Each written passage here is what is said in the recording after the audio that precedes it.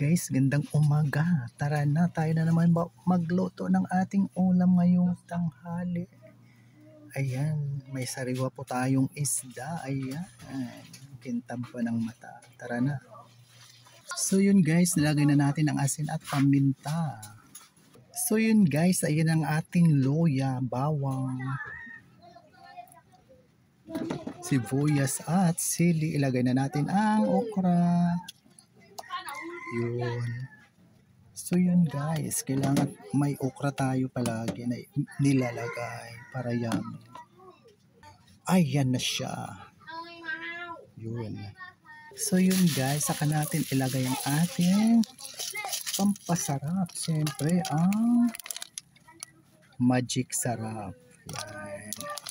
Yummy yung mga palangga. At iubos na natin yan. Ganun. Yan, para puro sopa siya. Yun po. Pagkatapos, pag wala na siya masyadong sabaw, saka natin lagyan ng mantika ang ating yummy paksiw. Yan po. At ayan na siya guys, nakasalang na tayo. Yun. So yun guys, buksan natin at yan, kumukulo na, malapit na maluto ang ating paksiw. So yun guys, buksan ulit natin at ayan na po. Yan, pahibas na po ang sabaw. Pahibas-hibasin pa natin. Saka natin lagyan ng mantika para masyami po ang ating paksiw. Ayan guys, buksan natin at ayan na po. Wala na po yung sabaw. Lagyan na po natin ng mantika para yummy na po.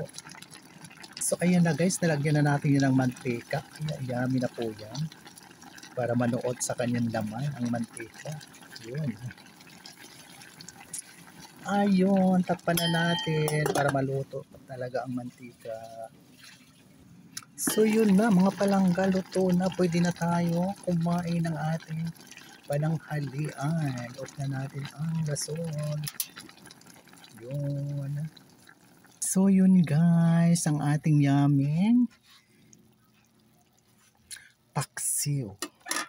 Ganun dapat magpaksiw. Ako ganyan ako magpaksiw mga palangga. Kailangan talagang ano. Ganyan ang sabaw. Kailangan may sabaw pa kunti kasi pag ininit natin yan, di may sabaw pa. So yun po guys, muli maraming salamat sa patuloy na pagsubaybay sa aking mga mumunting video sa Ramil Javier Ella Vlog. Thank you so much for watching, sharing, follow, and like. Kita-kita sa susunod kong mga video. Love, love, love. God bless us all po. Bye for now. Ayan po. Maraming salamat.